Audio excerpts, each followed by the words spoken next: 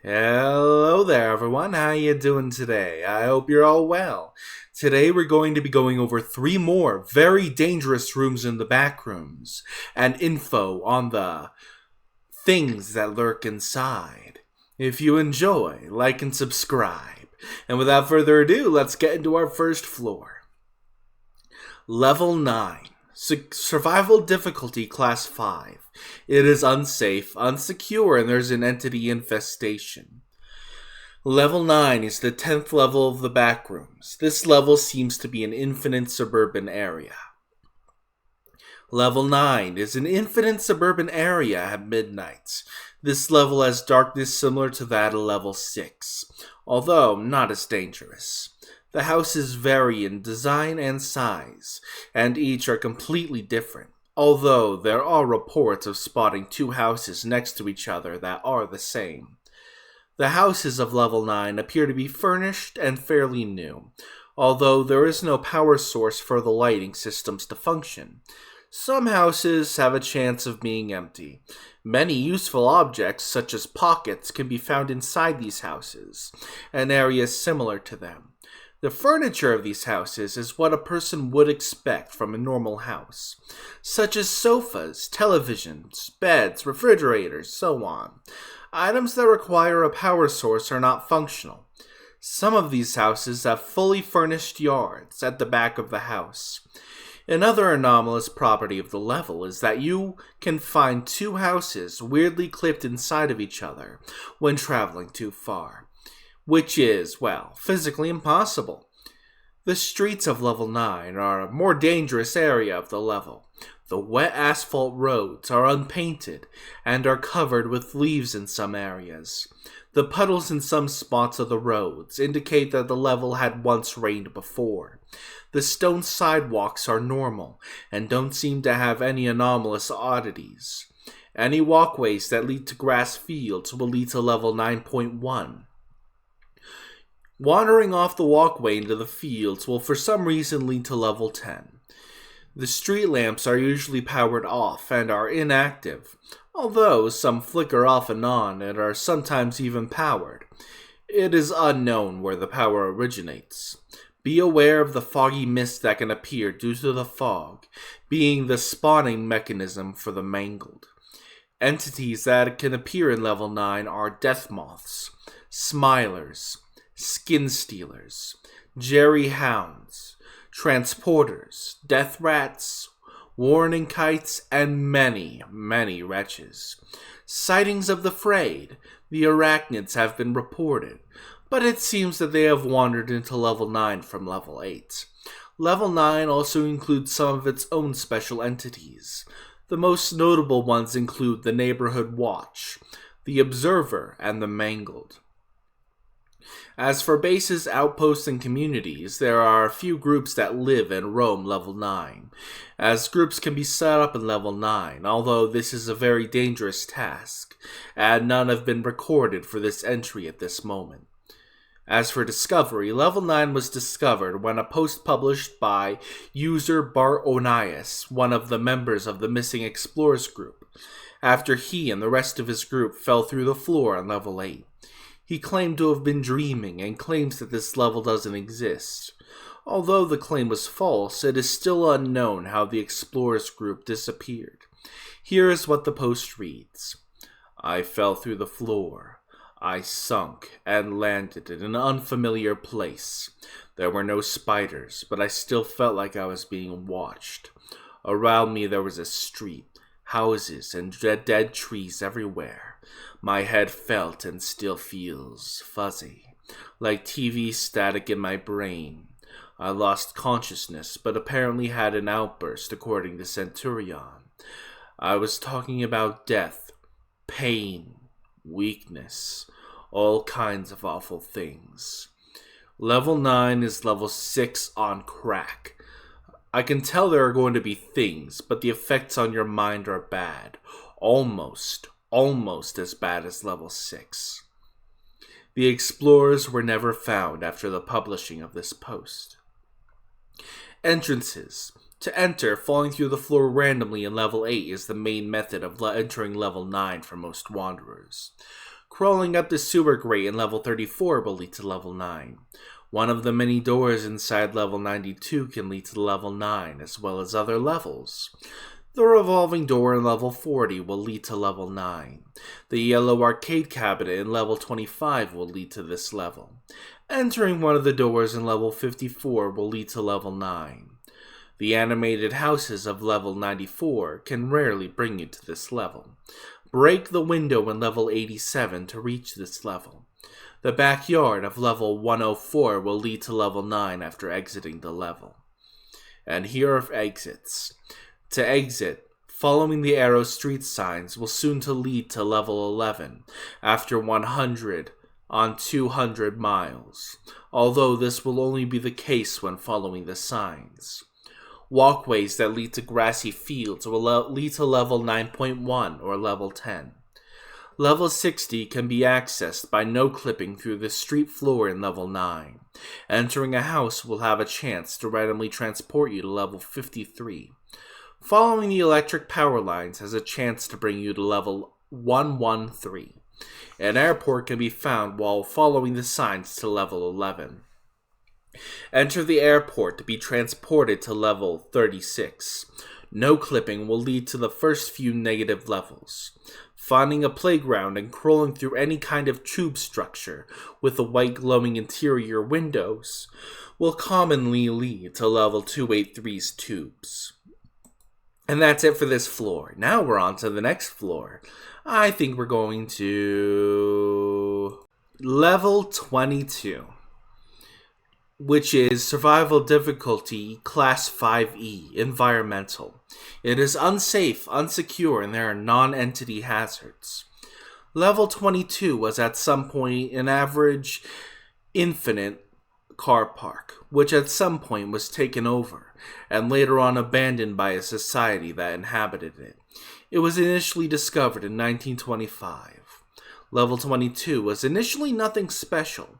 It took the appearance of a 20th century multi-story car park which was filled with various parked cars and shopping trolleys, all of which used to be full of building supplies and food.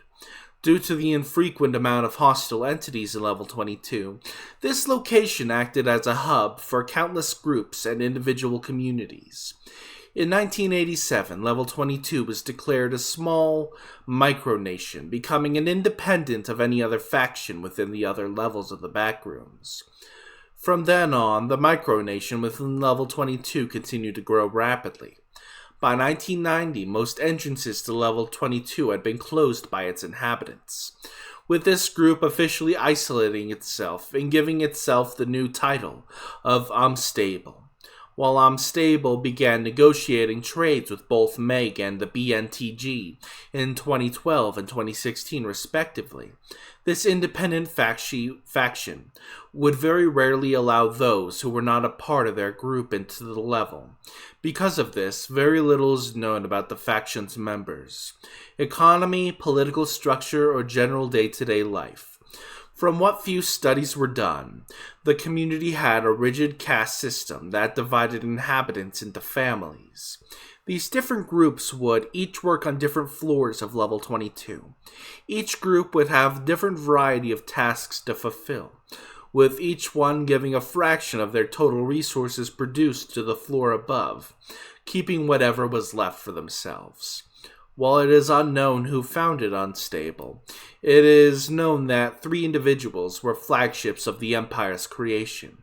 They, as well as others, lived on the highest floor of Level 22, sporting a surprisingly lavish lifestyle, given the conditions and environment. They were known to have Wi-Fi, leisurely devices like a pool and football table, and were somehow able to set up functioning electric cookers for meal prepping. For the lower floors, however, life was a lot more difficult. Floors that were around 10 to 15 stories from the top enjoyed easy, albeit boring, lives. All residents on these floors had tents, shacks made of wood or the mined concrete, as well as select few residents possessing cooking appliances, like the ones on the top floor. Those that did not possess cookers lived off the food of others or fruits and crops which they periodically harvested. While cookers could have been easily obtainable, it is thus far unknown how wanderers in Amstable obtained crops for the first time.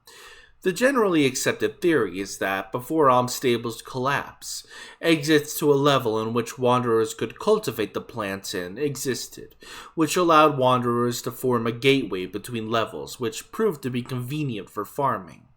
This theory also offers a possible suggestion as to what the jobs of citizens of Amstable used to do to make a living in the level, which solidifies the theory's basis even further.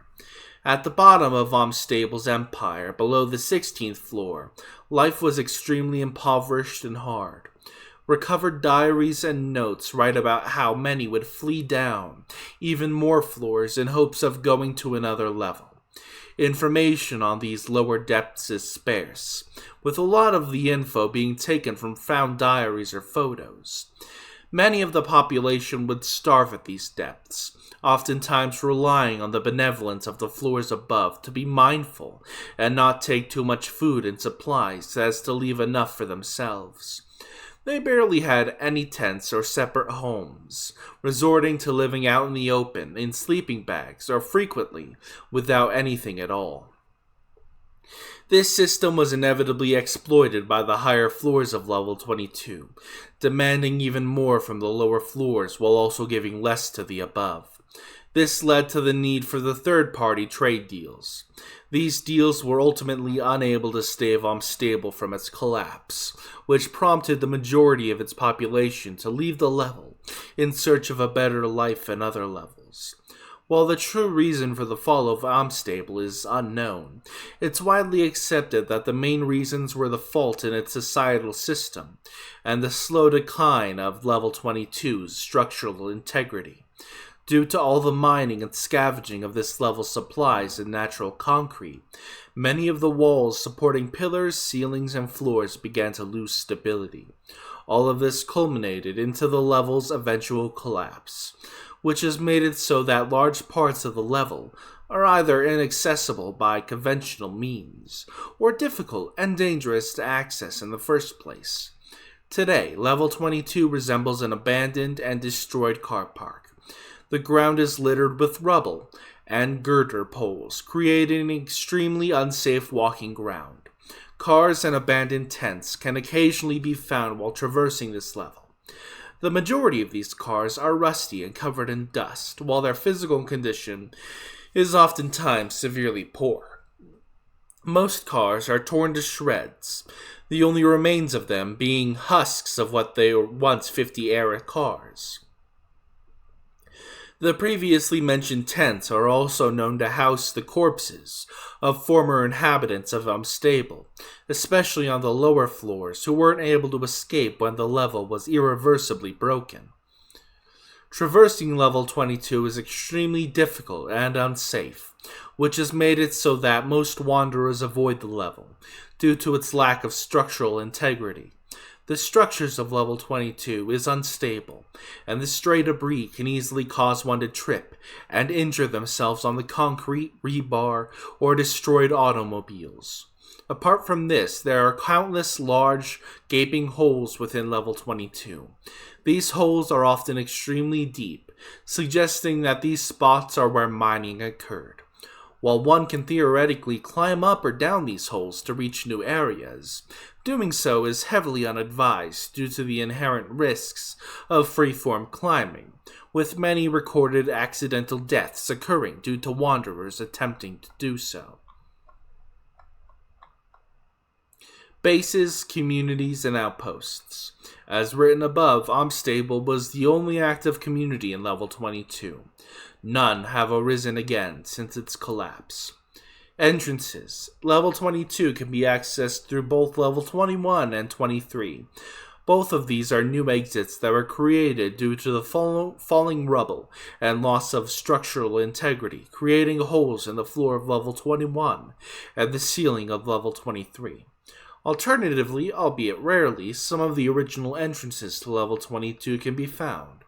It can be accessed by finding glass doors within level 1, taking exit ramps off level 69, or finding an exit in the center areas inside of level 172.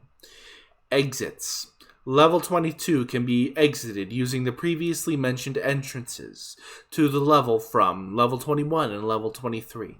No original exits of level 22 that existed before the collapse have been found. However, successfully no-clipping through cars or debris can lead to level 817. Welcome to level 14.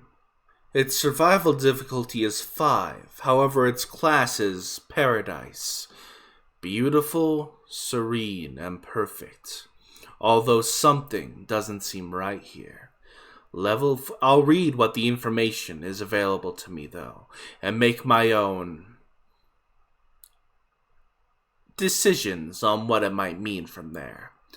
Level 14 is Paradise you should visit sometime. Level 14 is an oasis, the forest from your dreams shimmering in the night. Close your eyes for a moment. You can see it right. The crashing waterfalls, the crimson grass wet with dew, the eternally starlit sky. Even the branches on the tree reach up as if trying to touch it. You can hear the forest whispering to you. You'll be happy here. You're sure of it. After all, everyone else is. And why should you feel down when others are so content? A cacophony fills your ears. You can't think. But you don't need to. Aren't you relieved to have the burden of thought lifted from your shoulders? Don't you feel so much lighter now? You can almost float away. Perhaps you will.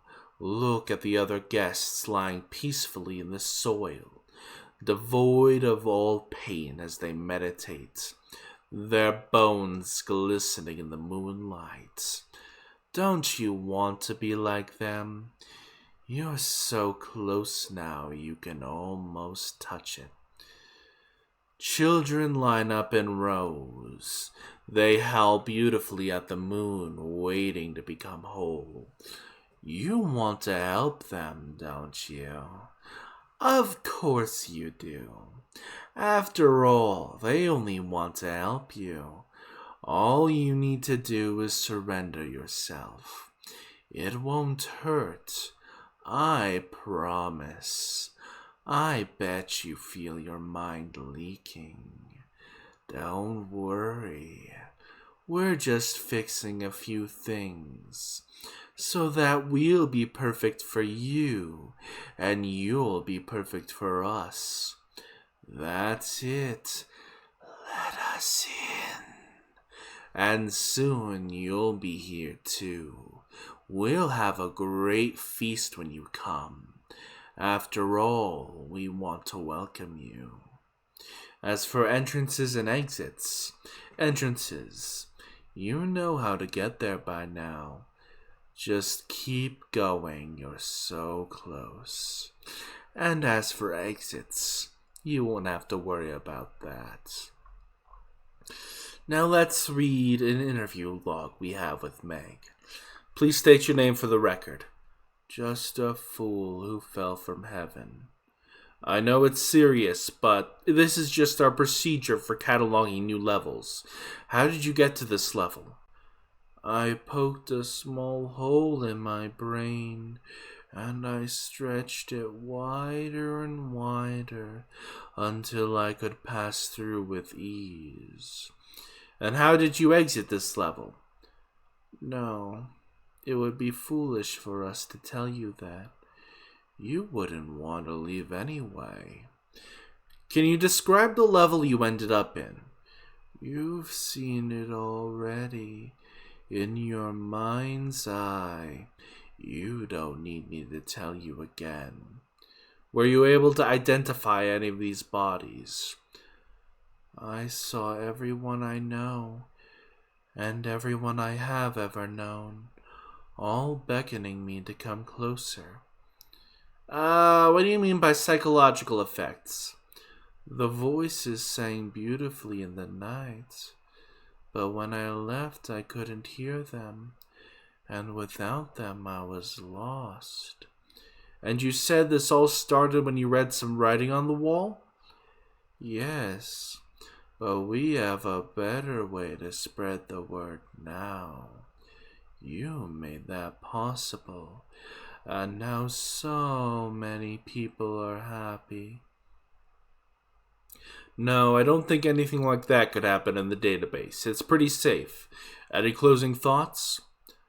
Only that we've patched up that hole so that you can rest safely, knowing that no one else will have to be thrust back into the pain. We will keep you safe. Now, here are my personal theories about this floor. I think that when you enter this floor, your mind gets fucked up, right? And one of two things can happen. One, you become a werewolf and feast with them on the people who come into this level. And number two, your mind leaks out. You become just a slave of the wolves. And just a meal for them. You won't have to think about anything until you have been devoured. And then there's nothing left to worry about. Anyway, that's the end of today's video. I hope you all enjoyed. I will see you all next time. Like, subscribe, do all that YouTube stuff. I will see you next time.